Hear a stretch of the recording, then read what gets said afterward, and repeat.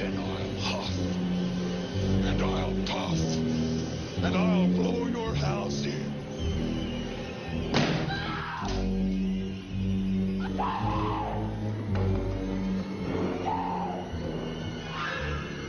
Here's Johnny.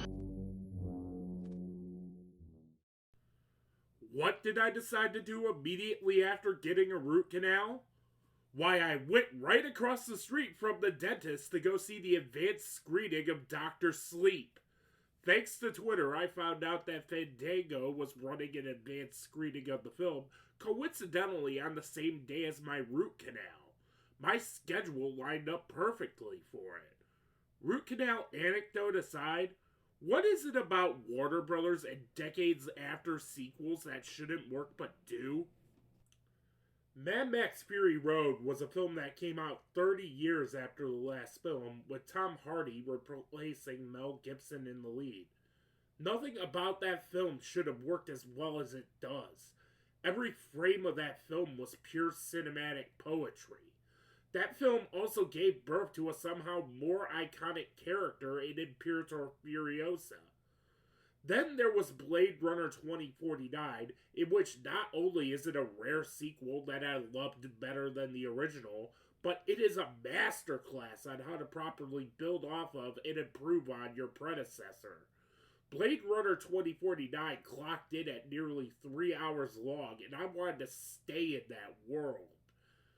Then there's the curious case of Dr. Sleep. Stephen King rarely does sequels to his novels, but was compelled to write it after a fan asked, what happened to Danny Torrance? The novel Dr. Sleep was released in 2013, and it was a matter of time before it became a movie. The film Dr. Sleep is a direct sequel to Stanley Kubrick's The Shining, a film that has a clear beginning, middle, and end that Stephen King notoriously hated. There's a warmth, there's a reaching out and saying to the reader, I want you to be a part of this. And with Kubrick's The Shining, I felt that it was very cold. Shelley Duvall as Wendy is really one of the most misogynistic characters ever put on film. She's basically just there to scream and be stupid, and that's not the woman that I wrote about. I was skeptical about the idea of Dr. Sleep being made into a movie so soon after the novel's release. Until it was announced Mike Flanagan would write and direct it. The Shining is one of my top 5 all-time favorite horror movies, and not only that, it's my all-time favorite Stephen King adaptation. Stephen King adaptations work best when the filmmakers make the material their own. You didn't exactly see a child sex orgy in It Chapter 1 or It Chapter 2. Going against what Stephen King said, no, Shelley Duvall is not there to scream and be stupid.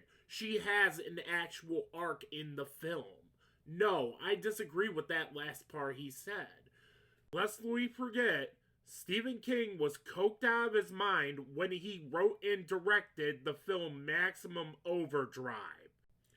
For those of you that have followed my blog, Mike Flanagan is my favorite horror movie director of the decade.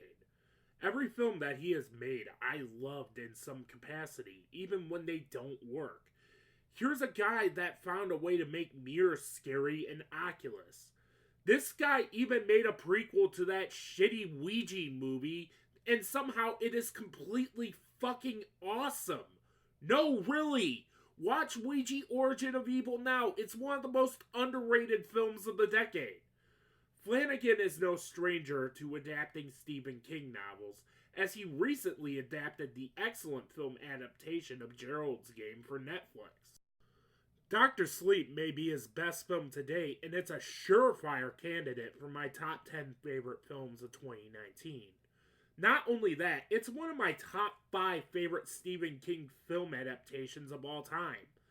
I can probably part ways with my Ready Player One Blu-ray because Mike Flanagan somehow managed to upstage Steven Spielberg. You have to have the biggest brass balls in the world to upstage Steven Spielberg. Dr. Sleep is a love letter to The Shining, right down to the faithful, practical recreation of the Overlook Hotel versus Ready Player One's CGI Overlook Hotel. Flanagan meticulously crafted shots that felt as if Stanley Kubrick himself rose from the grave to help Mike Flanagan with this film. Wendy Carlos' chilling main theme to The Shining hits at the right times and is not used for fan service. The film tells the story of Danny Torrance, played by Ewan McGregor, who now works as an orderly for a hospice center.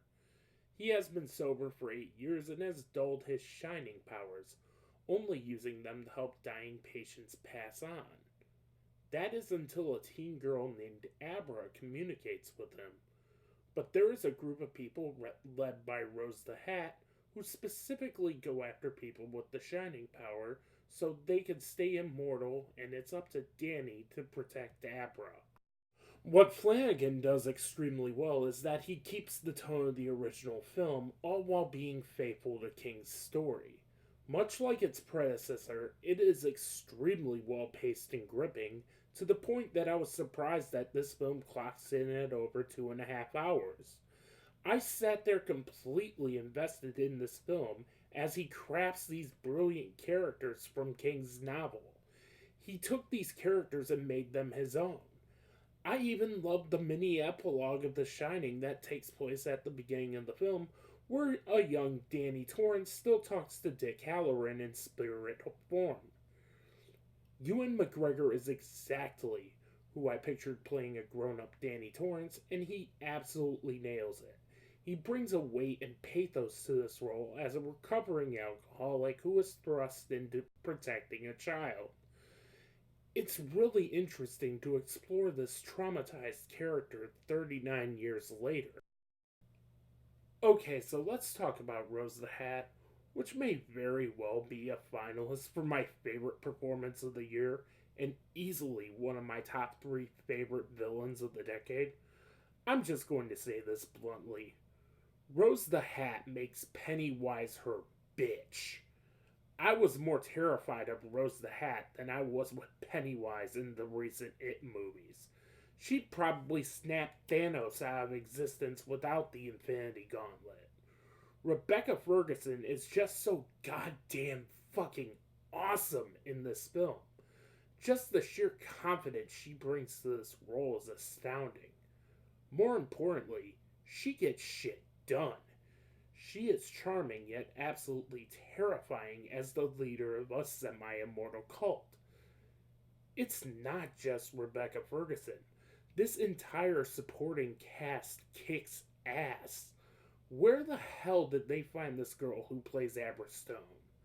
Kylie Curran has delivered hands down the best child performance I've seen in a film since Angourie Rice in The Nice Guys. She has only one other film under her belt.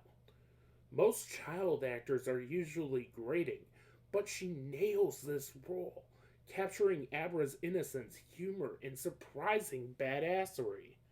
There are 2 standout members of this cult known as the True Knot. Zom McLaren is just as intimidating as Rose the Hat is as Crow Daddy. Why this guy wasn't a movie star sooner is beyond me, given that he was mostly known as a TV character actor. Emily Alm Lin portrays this Lolita-type character named Snakebite Andy, and my god, she is great in this role. Snakebite Andy is this character who purposely goes after pedophiles and marks them.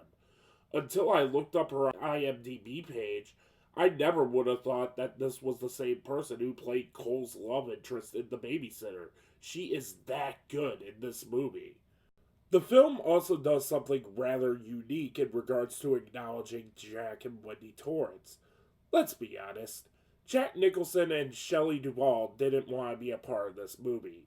Jack Nicholson is living his best life happily retired, and Shelley Duvall was literally driven insane by Stanley Kubrick. Here's Dr. Phil pimping out Shelley Duvall's mental state for ratings. I loved Robin. I was sorry when he died. But listen to what she says next. I don't think he's dead. Yeah, you don't think he's dead? No. Where do you think he is? Shape-shifting. Yeah. He looks real good in some forms, in other forms he doesn't. Do you see him? Have, yes. De-aging and using their likenesses isn't going to work. Not to mention the uncanny valley of raising Scatman Crothers from the dead. Speaking of raising celebrities from the dead, for fuck's sake, please stop with this idea of resurrecting James Dean with CGI. There's a special place in hell for someone who thought that was a great fucking idea! Anyway, the recasting did take me out of the movie, given that this takes place 39 years after the events of the 1980s film. Dr. Sleep does such a great job at tension and release. I'm going to spoil a scene as a bit of a trigger warning. So, while I describe this scene, here's a photo of one of my models posing with her adorable German Shepherd doggo named Lily. There is a scene of a little boy who gets tortured and killed for about 5 minutes. When you see this happen, not only do you feel sorry for the kid, but you want to see Abra protected at all costs. You want Danny and Abra to be successful. I am by no means condoning child murder in any way, shape, or form. This scene works for me because it's not done as shock for shock's sake, but rather to show how dangerous the True Knot is. So when the inevitable showdown happens for them, you root for them, which is the release of this tension. I mean, this movie is so good. I wonder how well it's doing at the box office. Maybe if Danny Torrance dabbed, people would go see this movie. When describing Blade Runner 2049, I called it The Godfather Part 2 of sci-fi movies. Dr. Sleep is the Blade Runner 2049 of horror movies, in which you take a film that is already great and build upon the lore of its predecessor and do it well. I definitely plan to go see this again, but I want to watch The Shining before I round to it.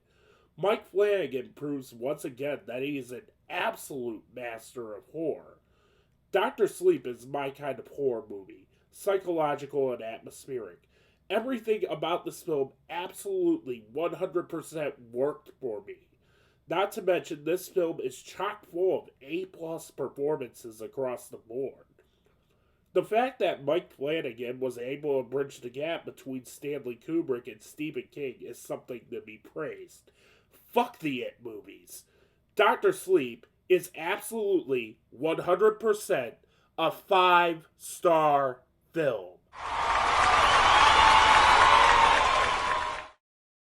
Be sure to like, comment, share, spread the word New Realms Media. Follow me on all my socials at New Realms Media. And until then, I'll see you next time.